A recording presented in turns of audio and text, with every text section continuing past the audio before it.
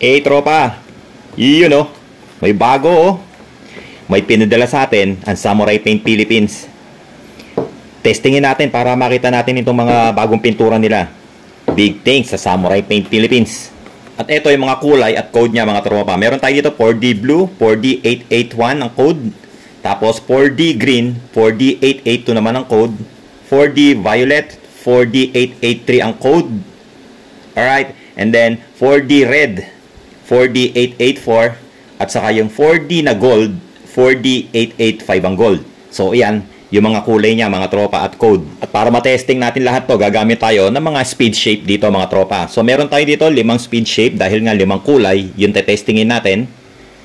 Na-applyan ko na yan ng primer tropa. And then, magbe-base tayo ng white. So white natin testingin yung mga kulay na to. So ito, meron akong white 2102. Ito yung ibubuga natin. At ito na nga, bubugahan na natin to ng white mga tropa. So applyan ko to ng mga 3 coats para saradong-sarado yung pagkaputi niya, no? At pwede rin naman gamitin yung mga 4D sa iba't ibang kulay mga tropa. Pero in the meantime, ito muna, dito muna natin testingin sa white base. At ngayon, i-apply na natin itong mga 4D colors natin mga tropa. So ang una kong in-apply, 4D Blue, 4D 881. So sunod-sunod to mga tropa, no? And then 4D Green naman. Itong ibinubog ko ngayon, code 4D 882. Tapos 4D Violet mga tropa. Ang code nito 4D 883. And then yung pang-apat natin, itong 4D Red, 4D 884. At ang panghuli, itong 4D Gold.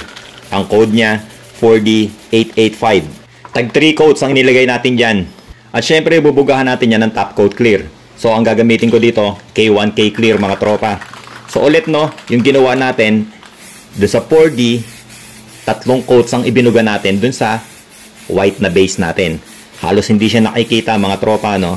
Lalo kapag basa.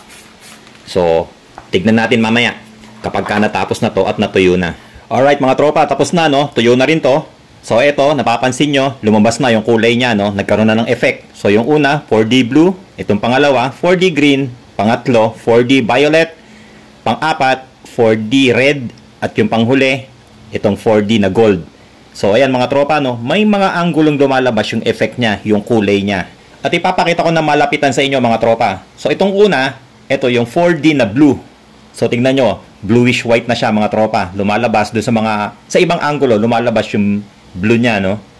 So, ang code niyan, 4D 881. And then, itong pangalawa na ginawa natin, 4D Green. So, ayun. Kita nyo yung green, mga tropa, no? Lumalabas doon sa ibang angulo niya. At ang code niyan, 4D 882. Itong pangatlo, 4D Violet, na ang code 4D 883. At sa lahat, ito yung pinakagusto ko. Kitang-kita kasi yung kulay violet niya, oh. Mas marami. And then, yung sumunod naman, itong 4D na red. So, ayun. Lumalabas yung pagkapula niya, mga tropa. Minimal, pero kita pa din, di ba? 4D 884 yan, ang code niyan. Then, yung last, itong 4D na gold, mga tropa. So, ayun. Kita nyo yung gold.